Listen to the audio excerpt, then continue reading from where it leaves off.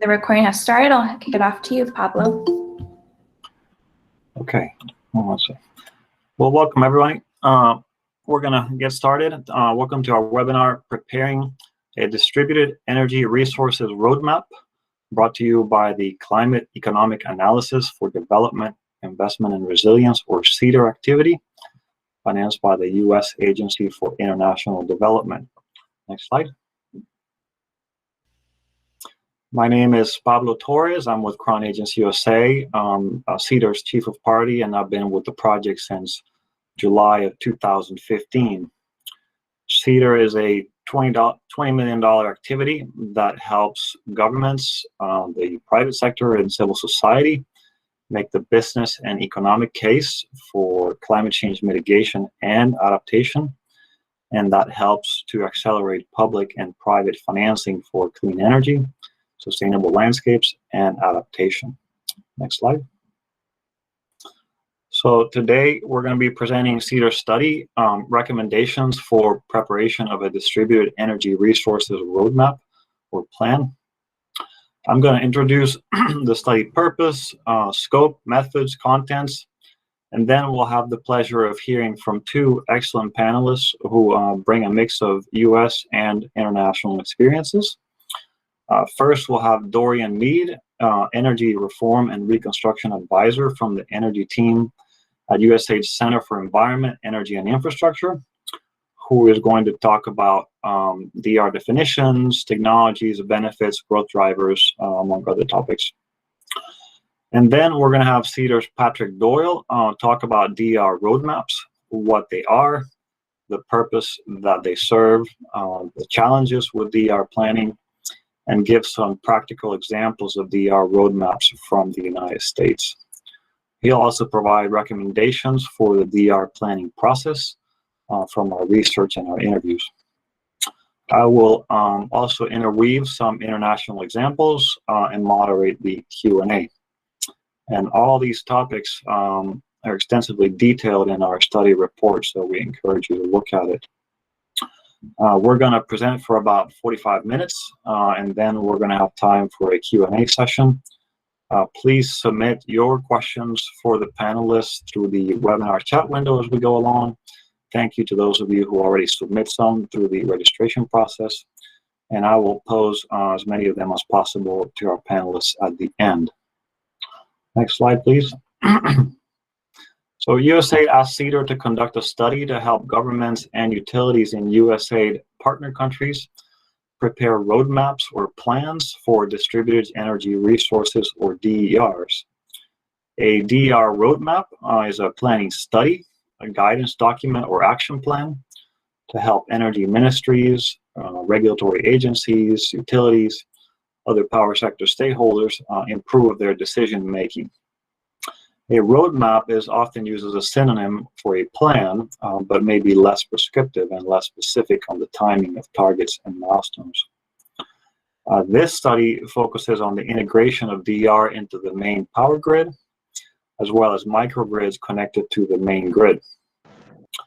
CEADIR conducted desktop research on good practices for DR roadmaps and plans in the United States by interviewing representatives of US utilities, regulatory agencies, and regional grid market operators that have participated in state or regional DR planning.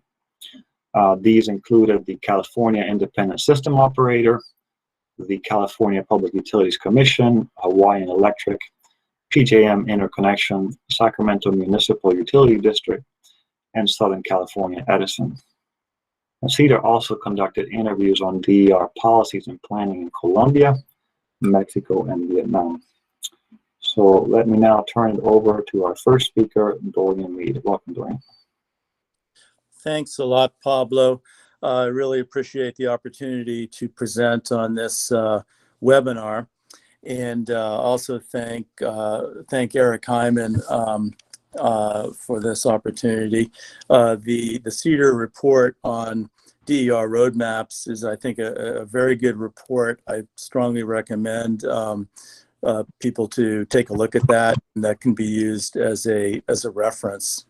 As Pablo mentioned, As Pablo mentioned, I'm going to be talking about the definitions, benefits, types, and drivers of DERs. He also mentioned I do work in USAID in Washington at the Energy Division, which is in our newly formed Center for Environment, Energy, and Infrastructure. And my background is in economics and law, and I started my career many years ago as a regulator in Massachusetts at the Department of Public Utilities. So I do have that background, and that's very relevant to DER roadmaps. Now, the first question that if you're new to this topic, you might be asking is, what are distributed energy resources? Now, I work a lot in integrated resources planning, and in integrated resources planning, we refer to as IRP, we refer to all energy resources as either demand side or supply side resources. Now, the definitions of distributed energy resources have evolved over time. In the 1990s, we talked about distributed generation. NERC, North American Electric Reliability Council, in 2017 issued a definition, quote, any non-bulk electric system generating unit or multiple generating units at a single location owned and or operated by the distribution utility or a merchant entity. They included distribution generation, behind the meter generation, energy storage, virtual DER aggregation, microgrids, cogeneration, and emergency standby or backup generation.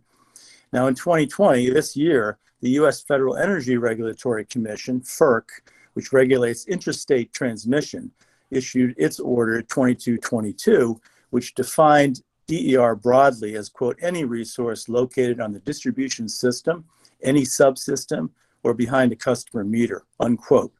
So to conclude on that, distributed energy resources are supply side or demand side resources located on the distribution system. And the way it's easy to remember this is that the name distributed energy resources pertains to the fact that they are on the distribution system. Now, what is the distribution system where they are located? Now, in most countries, including where USAID works, the existing power system is composed of generation, transmission, and distribution assets. And generally, transmission system is composed of all the lines operated at 66 kV and above, where the distribution system is composed of all the transformers and lines operated below 66 kV. Thus, we can have supply-side DERs feeding directly into a 66 to 33 step-down kV substation, or in case of rooftop solar, into a low-voltage network. Demand-side DERs are, by definition, located at a customer's premises and thus connected to the low-voltage network. Now, principal DER types we can talk about are distributed generation, which we've already referred to. In addition to the rooftop solar, it's good to highlight here things like cogeneration and trigeneration, which are quite common in countries that have a heating requirement. In many countries where we work, they're tropical countries which do not have a heating requirement, but may have a cooling one that can also be addressed with this technology. Microgrids are another area that is a special case. It's very interesting. Microgrids in North America, and I think this is mainly due to the efforts of consultants, are termed basically, is a different definition than what is used in developing countries. Microgrids here refer to a group of customers that are probably co-located. You can think of an industrial park that can basically operate independently of the grid under certain scenarios. And that would mean that they have their own generation. Perhaps each one of them has their own solar rooftop system or microturbines. Likewise, stationary energy storage, meaning individual batteries or battery banks, are a DER.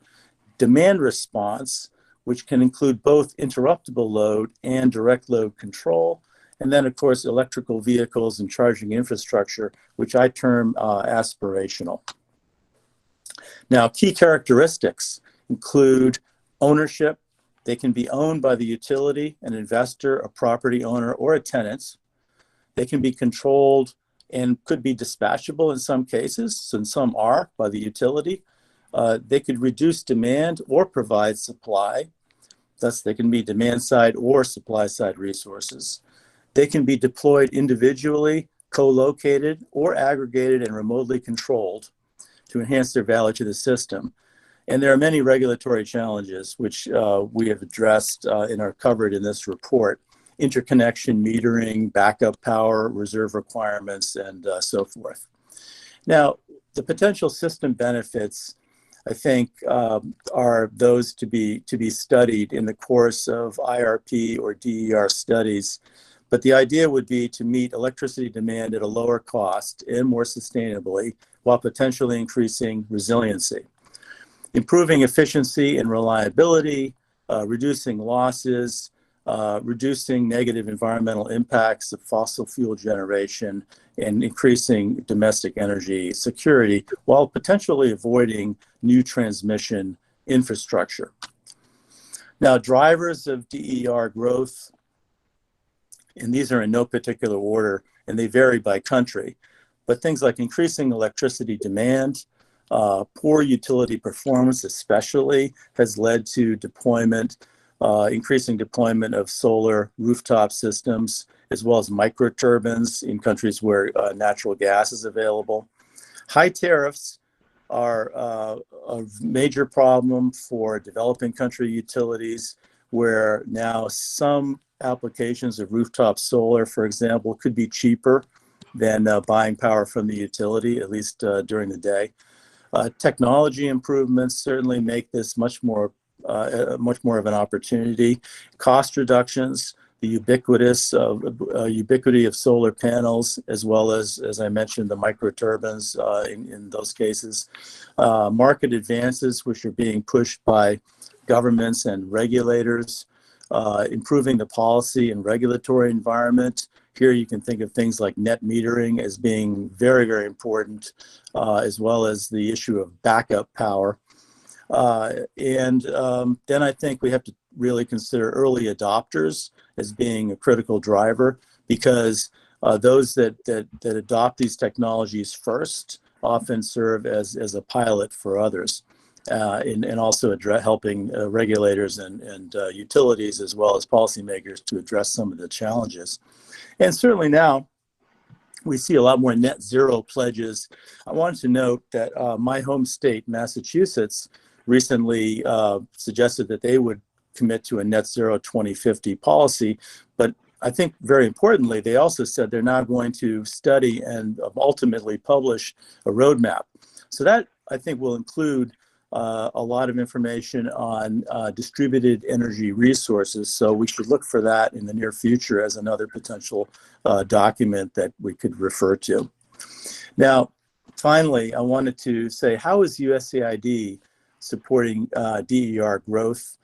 So we have different programs, such as Scaling Up Renewable Energy, which is focused on utility scale solar PV and wind. Now, some of that can, as I mentioned, come in on the 33 kV system. Those would not be, projects of 50 or 100 megawatt size, but they could be 10, 20 megawatts in size. We have programs like the Power Africa Off-Grid program, which heavily focuses on solar home systems, as well as mini grids, not connected to the main grid, but they could in the future constitute DERs when the main grid is extended. We've also done IRRP programs in Ghana, Tanzania, and elsewhere, which have included in issues such as demand response, looking at the potential use or deployment of solar and wind on these systems, on the 33 kV system, as well as small scale hydro and small gas gensets. And finally, I think Power Africa, I should mention, has supported a tender process in Tanzania, where you're looking at putting solar PV projects on a 33 kV system. And currently in India, we're doing studies on the deployment of solar rooftop systems in the cities of Jharkhand and Gujarat, but those have not been issued yet. And when those studies are available, I think they'll also be good assets. Over to you, Pablo. Actually, I think I'm up, Dorian. Pat? Hi, this is Patrick Doyle. The slides I'm going to present, I come from a perspective, U.S. perspective on what's been done here. And also from an implementation perspective, I've worked for utilities, energy service companies, and as a consultant working on implementation of programs and projects. Currently, I basically work with some of the larger developers of utility scale battery energy storage systems that are being implemented in the US. Next slide. First, we start off as what is a DER roadmap? Well, it's basically a plan.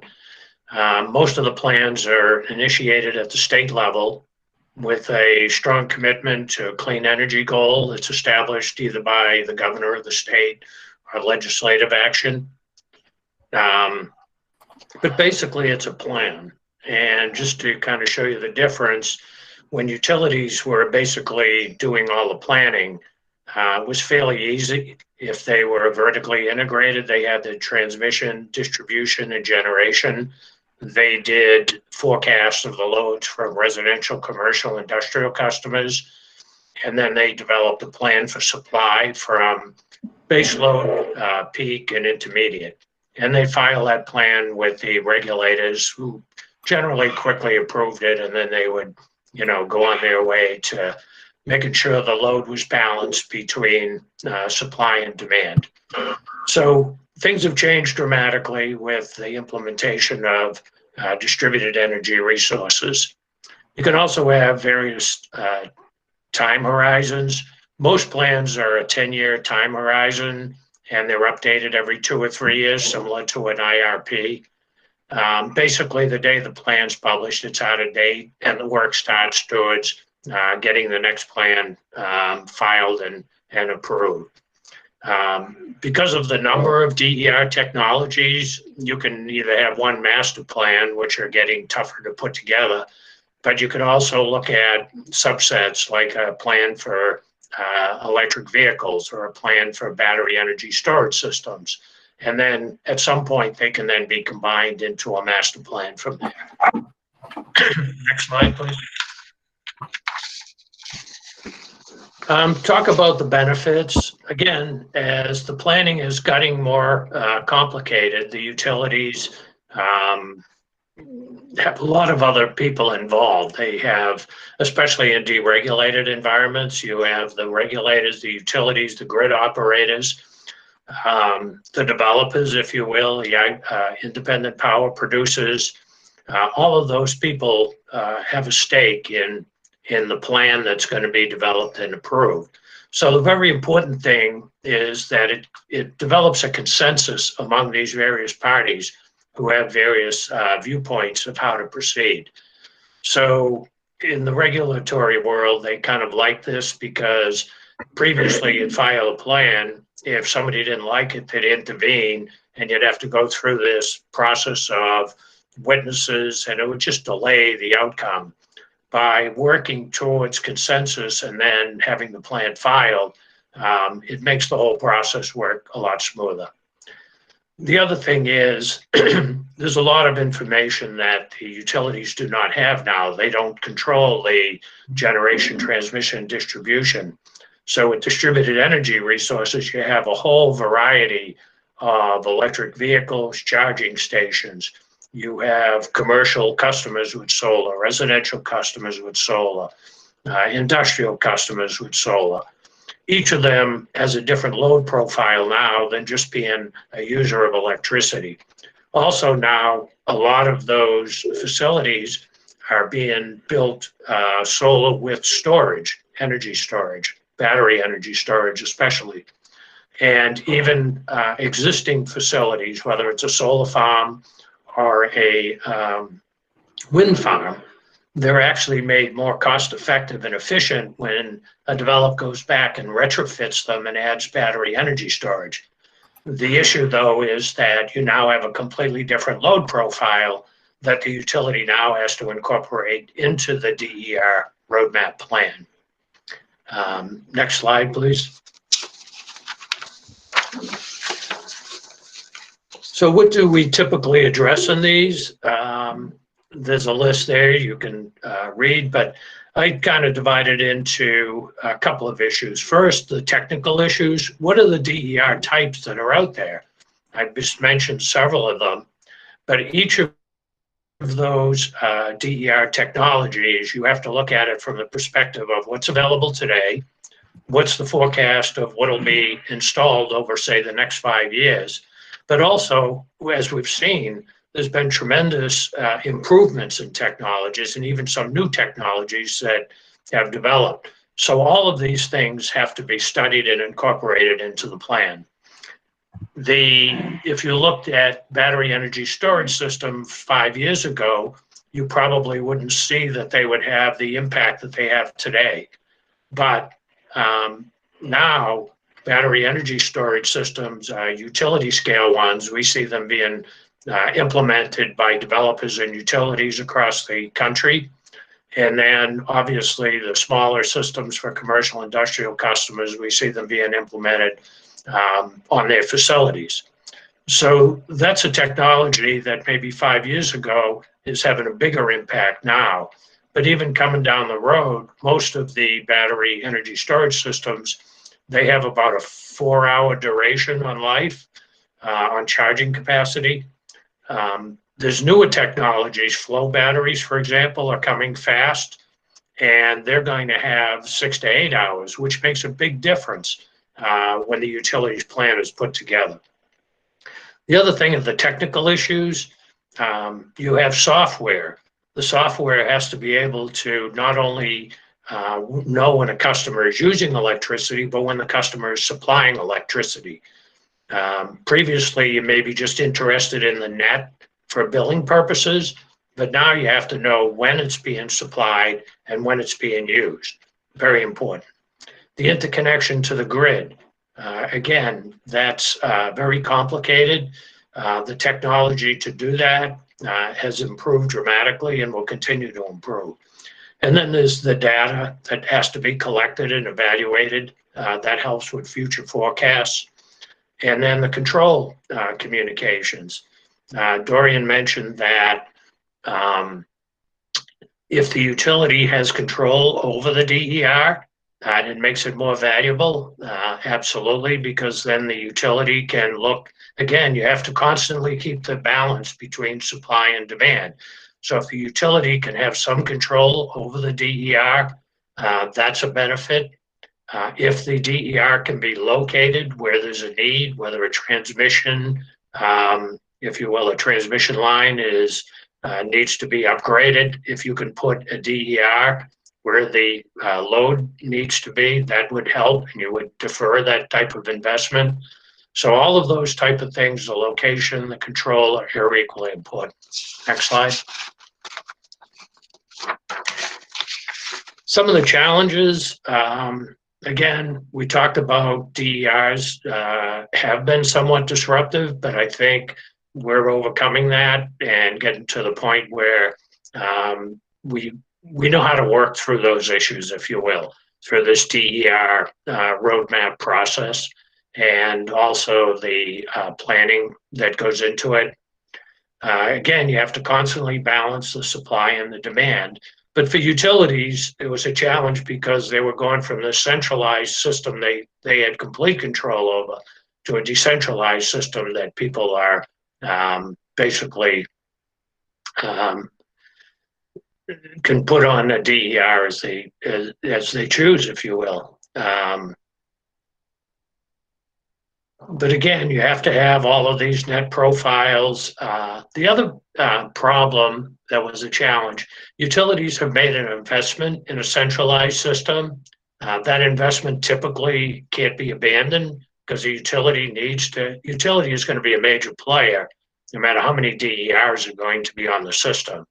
So they have to be made whole to make sure that their investments are made whole and that they can continue to attract, if you will, financing for all of the stuff they need to do to keep the grid and the other components resilient.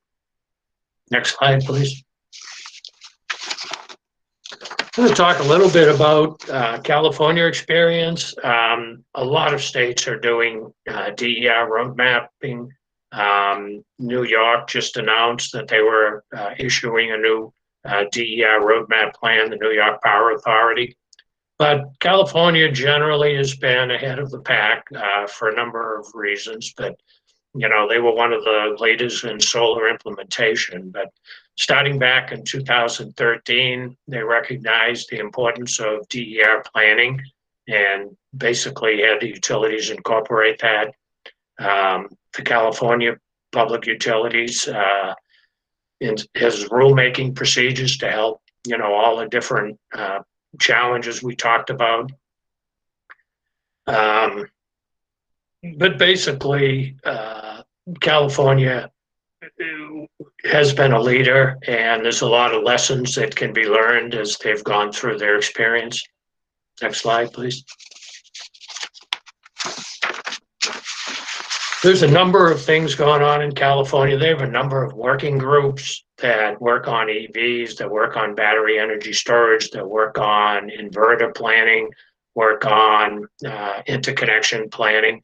But some of the more specific things are done by the independent system operators, California Working Group, the California Public Utility Commission, and Sacramento Municipal Utility District has done their own plan.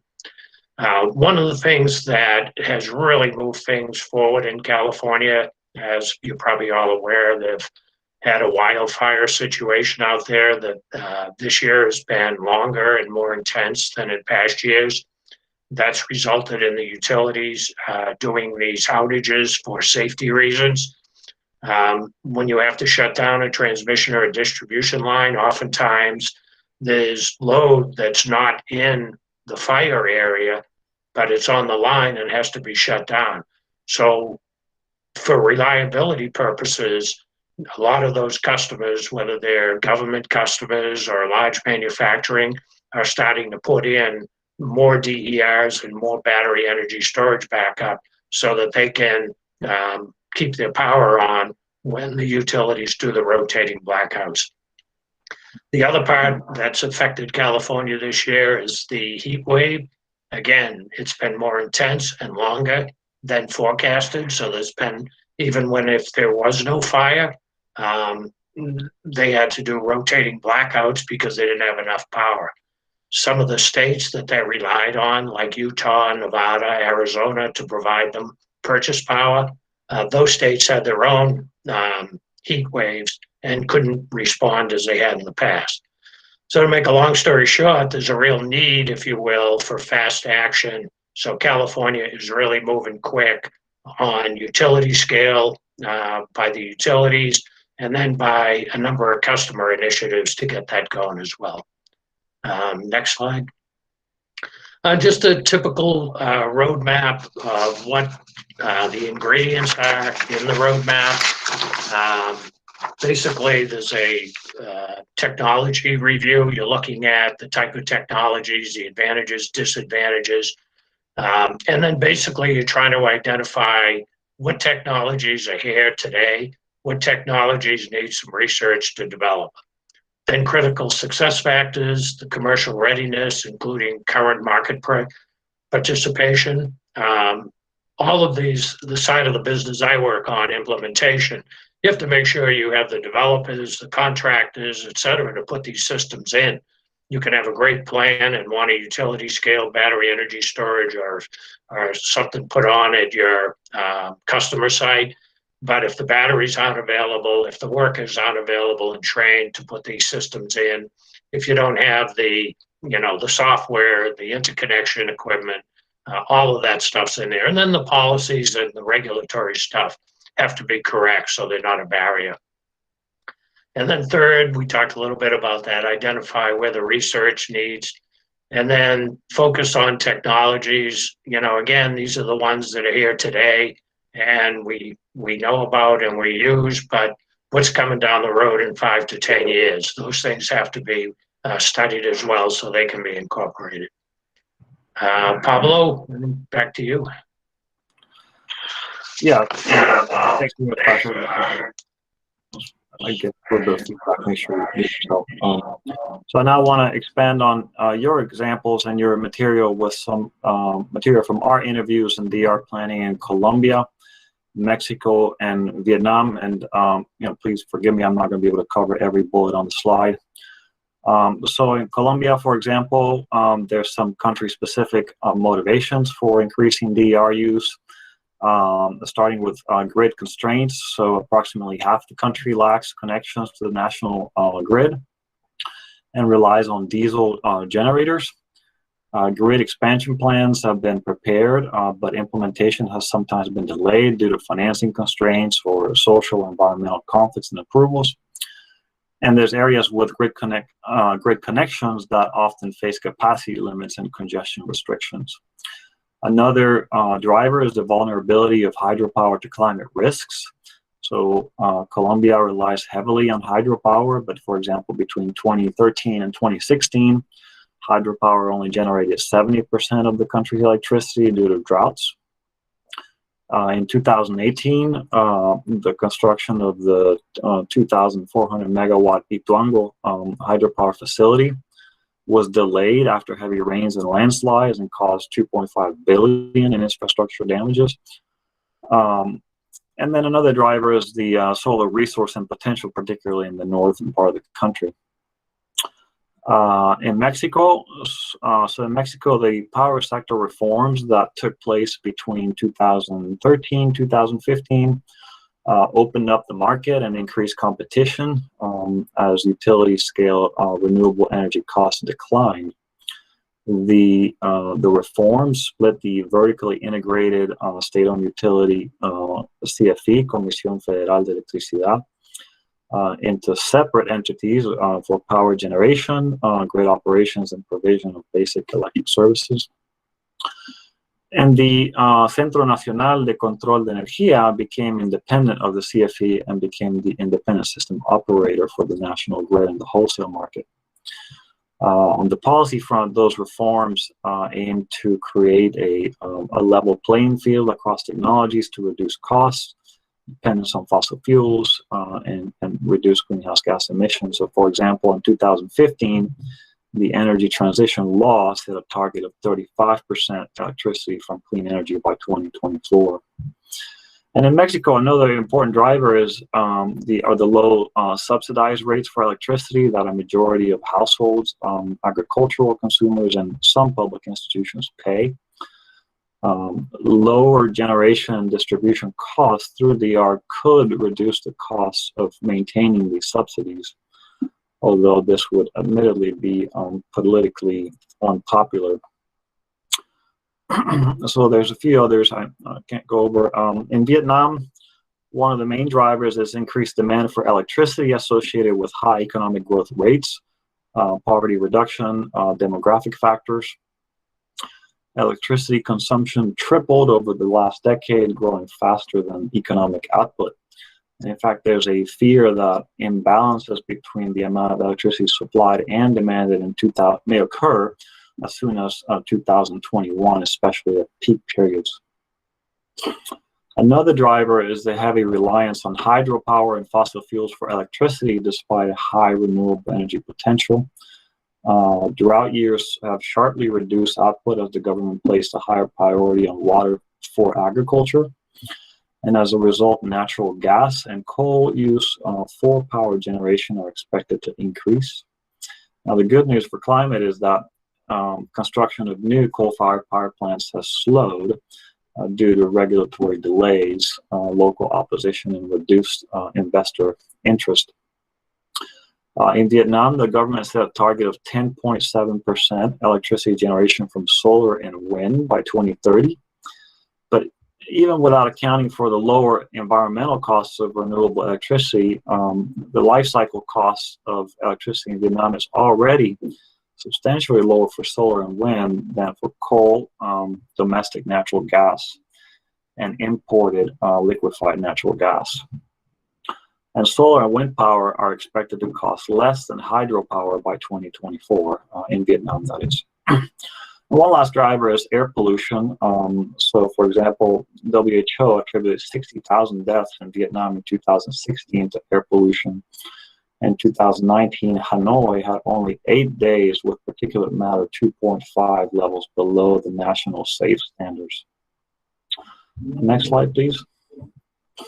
So in this slide, I want to tell you a little bit about DR planning in Colombia, where in 2020, the Ministry of Mines and Energy launched the Energy Transformation Mission to develop the country's first roadmap for modernization of the electric power system.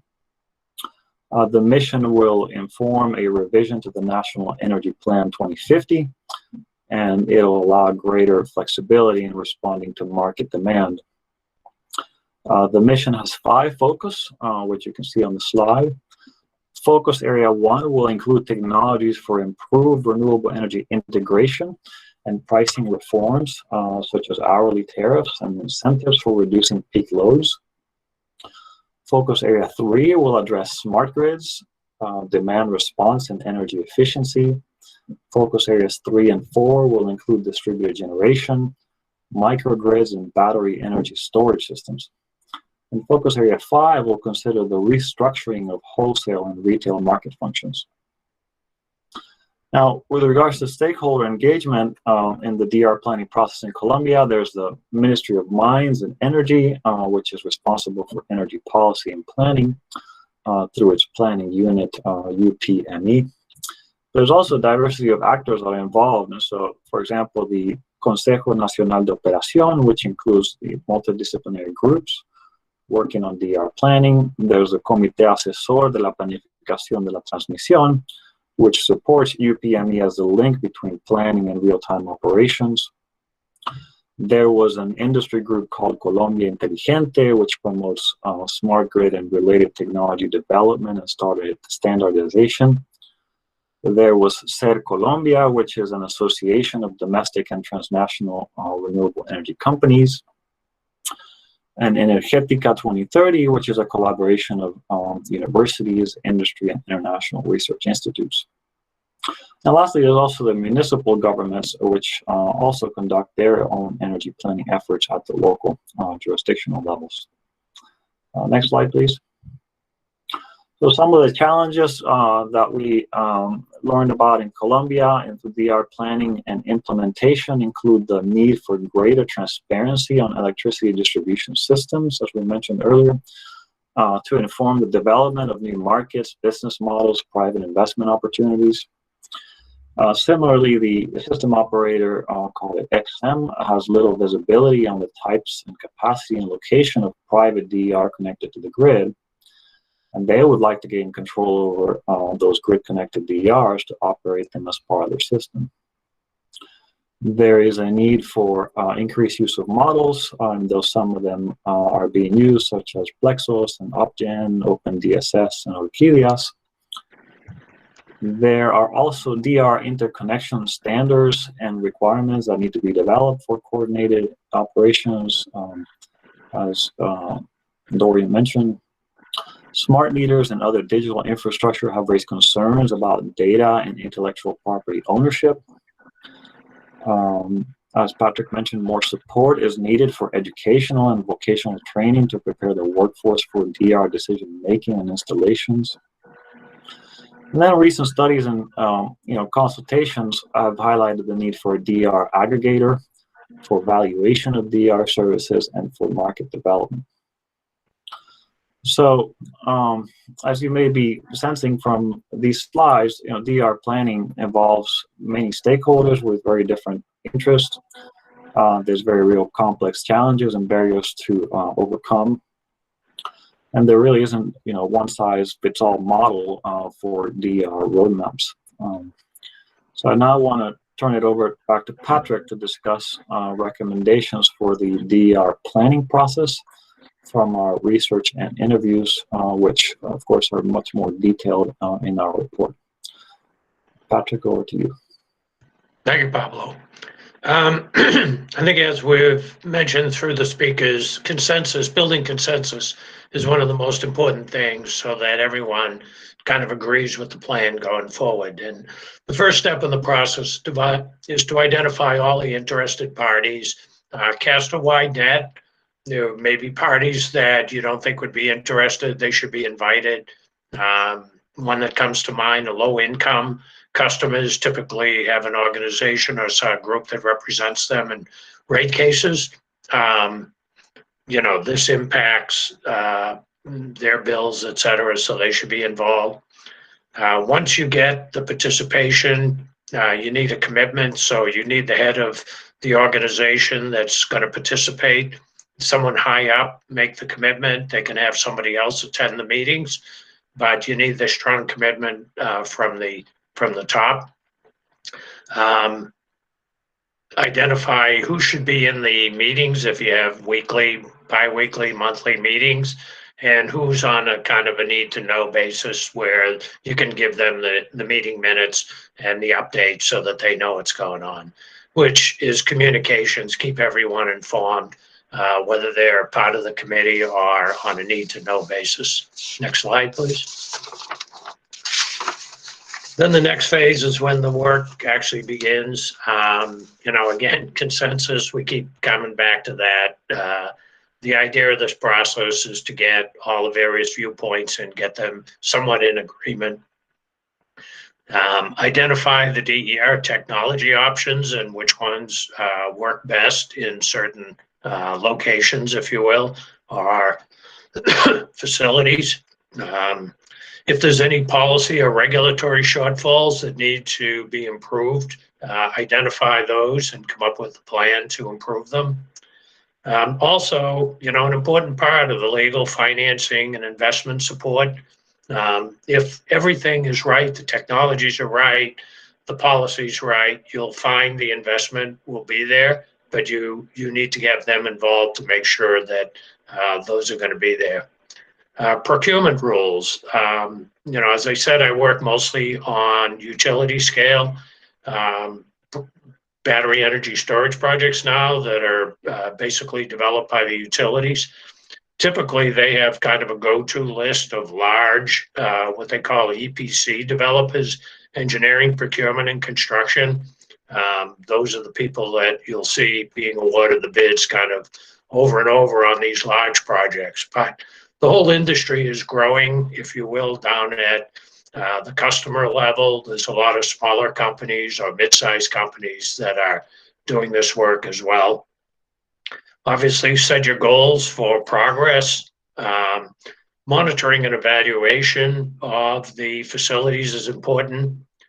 Issue a draft report before the final so that you get input on what the report says and what it calls for and recommends. And then issue the final roadmap and report. And again, communications, maybe have a webinar like this, but you could also, make sure the report is disseminated far and wide to get additional input. Next slide, please. And then phase 3, what's the action plan for implementation? Set medium and long-term budgets, follow up, report on progress to date to everyone, and then periodically updating, like we said, typically a 10-year plan that's updated every 2 or 3 years. It's out of date the day it's issued, so the planning or the work probably starts on the next plan almost right away. I think I'm back to Pablo. Yeah, thanks. I know there's been a lot of material covered, and I invite you to carefully read through the report. Before we move to the Q&A portion of the webinar, I know some of you might need to drop off. I want to make sure you know that we'll be sharing a recording of the webinar to all the participants, and the report is available online, and then you can see we have here our email addresses should you wish to contact us. The next slide, please. So we now want to go into the Q&A. Like I said, there's been some questions that came in through the pre-registration, and It's great to see some exchanges in the chat window between some of the participants. Let me start with one question that came to us from David Stantek. He was saying, in some sectors, the absence of legacy infrastructure has cleared the way for emerging economies to quickly adopt innovative technologies, and he gives the example of telecoms and mobile payments. And the question is, how does less developed electricity grid infrastructure in developing countries impact the opportunities found there and the potential speed of adoption of DERs? And in our presentation, we talk about how DERs can help prevent costly capital investments in centralized generation, transmission, distribution infrastructure. And there's a real opportunity to do things more cost effectively with other benefits such as resilience, I think, and reliability. So Dory and Patrick, would you like to elaborate on this question? Yeah, sure. I can start. If you look at the countries, for example, in sub-Saharan Africa, where you have a large part of the population in general that is not connected to the grid, then utilities, from their point of view, would be looking at ultimately building high voltage transmission to interconnect fairly far-flung load centers, which are operated currently as isolated grids using diesel fuel. So the option of getting more solar and also backing it up with battery to cover evening peaks is very attractive. I think the speed of the deployment is actually limited not so much by capital, but by the awareness of top utility management and mid-level management of the economics and relative attractiveness of those investments, as well as, yes, ultimately, if a donor is making available money for the high voltage line, they're going to go with that because the other one involves, actually, from their point of view, more preparation. What do you think, Patrick? Definitely, I agree. I mean, if you didn't have a transmission and distribution system and there was a need for power in a certain place, you could put in a DER without being incumbent by a cost recovery for the system that's there. In the US, the transmission distribution system is there. The utilities invested in it. They're going to recover the cost of that system. However, if the transmission to a certain area where load is growing is inadequate, you can put in a DER and defer the investment in upgrading their transmission line. Or if there's a power supply problem at peak, instead of increasing generation, which is typically a combustion turbine, you could put in a battery energy storage utility scale system and defer that investment. So in the US, I would say it helps defer future investments, but you're going to still recover the infrastructure costs that are already there. In a developing country, if you're not incumbent by that, it would make the DER more cost effective, I would think. Right. And I would add, Pablo, that sometimes you hear this concept of virtual transmission line. So that's basically what it is. If you think in Northern Virginia and Washington, D.C. area, we always have, Dominion Energy looking for new ways, new routes for high voltage lines to bring in more power into the area. But if they had an alternative, such as, either small combined cycle gas turbines, which probably wouldn't be acceptable, or solar rooftop on a large scale, for example, 100 megawatts of solar rooftop that could cover daytime peak, then you might be able to avoid that transmission line investment. So that would become almost like a virtual transmission line. So that's sort of a concept.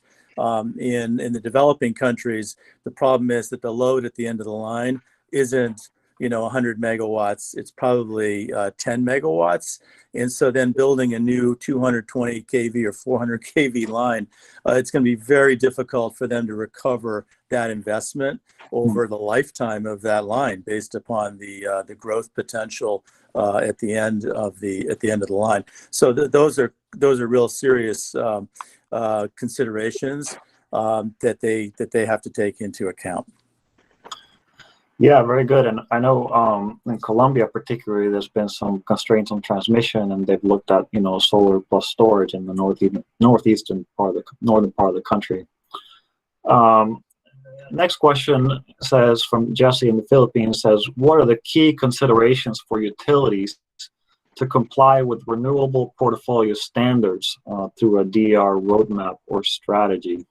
So if you could sort of respond to that, to pull those together, RPSs and DER roadmaps. Well, I would start with saying that if there is a directive coming from the government to implement a certain amount of renewable energy, and in developing countries, that's going to include hydro, that's going to be solar, that's going to be wind. I think they're going to need they should do very detailed studies to assess what is the least cost pathway for them, and that's going to be different in every region and every country. And using the most up-to-date information on what they could achieve through auctions in terms of involving the private sector to bring down the cost of those different options. Patrick, you want to add to that? No, I'm good. Thank you. So for our next question, we had a few of these relating to ensuring, this came to us from Jim, it says, how to ensure equitable participation and fair remuneration for DER services in developing countries. And there were a few of these questions related to regulation and remuneration of services. And I think there's a couple of issues. One is the need to create market structures and mechanisms to better realize the value of DER services. And we talked about that in our previous webinar on battery energy storage systems. For example, time of use rates, we talked about net metering, things like that. And even in many developed countries, some of these services are not yet valued because there's no markets for them. And we also talked about how DER roadmaps can help to identify the policy and regulatory changes that are needed to make such equitable participation and fair remuneration possible. So could I ask you to touch upon these things and elaborate a little bit from your views? Patrick, you want to start? Well, I think what you said originally, Pablo, having a market structure so that, for example, again, I'll use battery energy storage, that has value whether it's supplying power or if it's taking power. And current market system, our previous market system, didn't reward the battery energy storage for that contribution. So now in areas or markets where that is valued on both sides, it makes the battery energy storage or the DER, if you want to use another example, more cost effective and more inclined to be implemented. If you go back to solar a long time ago, when they okayed solar to be put in by residential customers, the utilities made the interconnection fee so high, it wasn't worth putting in. So somebody had to step in and make a policy regulatory change that said, wait a minute, you can't charge that much for an interconnection because you're just driving the market down. So those are the things that have to be recognized and then taken care of. And I would add that, from my point of view, my experience working in regulation and then what I've observed, going around the world, working with these different utilities and regulators, complexity is really the enemy here. The more complex it is, especially if you're dealing with retail customers. Of course, more sophisticated businesses, often, especially in sub-Saharan Africa and in Asia, they'll have energy managers whose job it is to understand this. They understand the tariffs. They understand what their peak load is. They understand, what their options are. But people, individually who have houses and want to put on solar rooftop, and they're thinking, is there like a net metering scheme? Is there a way for me to, get some money out of this? What's the payback? That has to be a very, very basic approach that's very clear. And to get to that, you need the studies to show you what the benefits are, if any, of that system, of that individual solar rooftop system, or at a residential or commercial facility, to the distribution system, since it is a DER, and perhaps also to the overall system. So I would say that that requires a lot of work, and that's something that we can assist with, and I know CEADIR's done some stuff on that as well. Okay. We have a question that came into the chat just now. Odiaka, I hope I pronounced your name correctly, on the topic of insurance. And it says, are there provisions for infrastructure climate insurance policy to cover the new infrastructure and new technologies? Government are still not giving prioritized investment incentives for renewables. And, we had a couple of months ago, we had a webinar on parametric insurance for renewable energy production. So those are instruments that compensated renewable energy producers in the event that power plants produce less or more, well, less really, based on weather conditions. And then we also talked about damage insurance, right? Hurricanes, things like that, damaging facilities. From your views, and would you like to add on this concept of insurance for this DR infrastructure? I mean, my experience, I used to be a hydropower developer, large hydropower. And at that time, we used, the risks in development of that are related to hydrological risk largely. If you get a big flood while you're constructing it, or afterwards, you have some issues during operation. And so,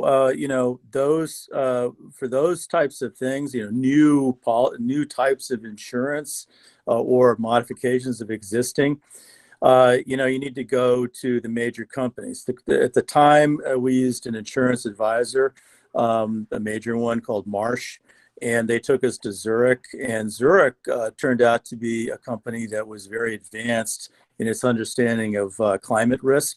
This is in the 1990s. They were already on top of that, and they already understood what the implications of that was for their insurance and their reinsurance products. So this is, now we're talking 20 years later. There's definitely companies that are sophisticated enough and see the potential, to get into that market. But again, that's why you need bankable. That's the whole point of, like, when you're developing, the wind and solar projects, you get this bankable data. The bankable data is not only for the banks, it's also for the insurance companies. So bankable data, critical. And then, interacting with the leaders in the market who are actually doing this, because otherwise you'll be wasting your time, talking with some insurance company that doesn't even understand it. They might participate as a reinsurance, but they won't be the one that writes the policy. Yeah, I invite our participants to look at our webinar a few months ago on parametric insurance for renewable energy producers, and maybe we can share that in the follow-up email. Just got time here maybe for one more question. We are a climate project after all, and so Zimfiwe is asking about how climate change considerations are taken into account when developing roadmaps. And I think, we talked about certainly the goals and targets that the states set, for example, or countries for clean energy and greenhouse gas emission reductions. Dorian, you talked about the example of net zero pledges. And so that DR roadmap helps to lay the way to meet those targets. And we also talked about how the DR planning process involves a diversity of stakeholders, including the environmental community, which advocates for air quality, water quality issues, and greenhouse gas emission reductions, and that these roadmaps help to represent and incorporate those interests. Patrick or Dorian, would you like to elaborate a little bit more, expand on that, on climate considerations? You know, I see that as being part and parcel of doing the larger integrated resources planning. I think that if you don't have resources for that in a country, yes, you can sort of skip to doing just a DER roadmap, and I think that's what this webinar is about. But again, there's no alternative other than to get the data and or make very well based assumptions on what is what's going to be feasible. And again, it's going to be different in every region, in every country, and based on the specific considerations. So I think that it's a great way to try to find out if what you're doing is going to have or result in a reduction in greenhouse gas emissions, either below what you have now or what you were going to have. And so, yeah, I think that's a major benefit. I would just add that when utilities do least cost planning, and part of the roadmap probably would have some type of an ingredient like that when you're looking at the various technologies. When energy efficiency was starting up, certain states looked at the environmental benefit of putting in, say, a fluorescent lamp instead of an incandescent, and they could calculate what the savings were and what the environmental savings were, and to, I guess, tip the scales in favor of the compact fluorescent, they could put in an adder benefit on the cost benefit equation. Similarly, a battery utility scale battery energy storage system that displaced a combustion turbine, you could do a similar analysis, and on your cost effectiveness study to give a little more credit to the battery energy storage system to make sure it was selected as the option. So that's, I don't have a concrete example, but that would be an example of how it was done before. Yeah, that's a good one too at the technological level. Yeah. Florian, were you going to say anything? Sorry. No, I mean, we have cases like that, where you have, let's say, isolated grids operating on diesel, and you might have, 5 diesel units of 1 megawatt each. Let's say it's only 5 megawatt grid, and they only dispatch that last diesel unit for a couple hours during a peak at night. So that's an opportunity right there, because diesel, while the actual diesel generator is very cheap, probably $200 a kilowatt or something, the fuel is very expensive, and then the operation and maintenance is very expensive. And if you're only using it for an hour or 2 hours a night, that could be something where a battery that's fed by a solar PV array could be cheaper. Another alternative is to look at putting batteries at the customer level. And that could be challenging depending on the type of construction you have, depending on where you are. But I think it's another option. We talked about the utility in Vermont that did that, Green Mountain Power, where they've got customers with solar arrays and they've put in Tesla batteries at these customers that they can draw on during system peaks that normally cost them a lot of money. And this is basically a cheaper alternative. They've done the math. So again, the thing shouldn't be done without doing the type of planning to determine if it is a least cost. And again, least cost is not always the lowest cost, but least cost considering all the factors and adding in this climate consideration. If you avoid diesel, that has a certain amount of emissions that are related to that. Yeah, okay. Well, thanks very much, Patrick and Dorian, for your international and U.S. views. We've now reached the top of the hour. I want to thank all of our participants who joined us from far. Special thanks definitely to our guest, Dorian Mead.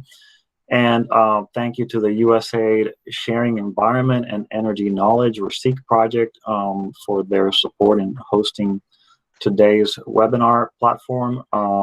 Keep an eye on your inbox for a follow-up email with the link to the recording and other resources. So with that, thank you very much for joining us, and goodbye, everybody. Thank you.